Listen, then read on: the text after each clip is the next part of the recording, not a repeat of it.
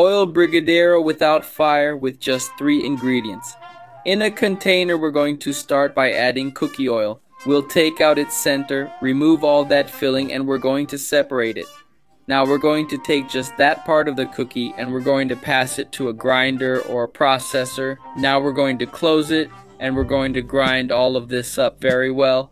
Then we'll pass it to a larger container, and on top we're going to add little bits of condensed milk and start mixing. Everyone, add it in bits and mix until it reaches a certain point. When it gets there, now we just have to start shaping it. Here I'm going to shape it into a ball to make the second process easier. Now we're going to add all our cookie filling, a little bit of powdered milk, more or less a tablespoon, and a little bit now also of condensed milk. And we're going to mix until it reaches a point. Once we get to the shaping part, we just need to make little balls.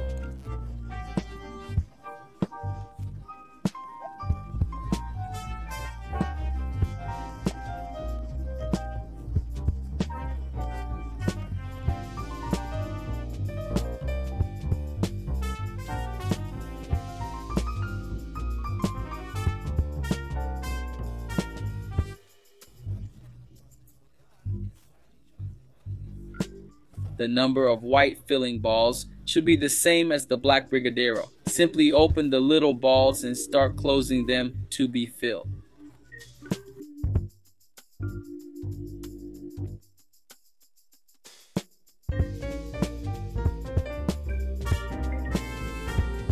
Repeat this process with the rest of the brigadeiro and it'll be ready, folks. Just look at how amazing it is.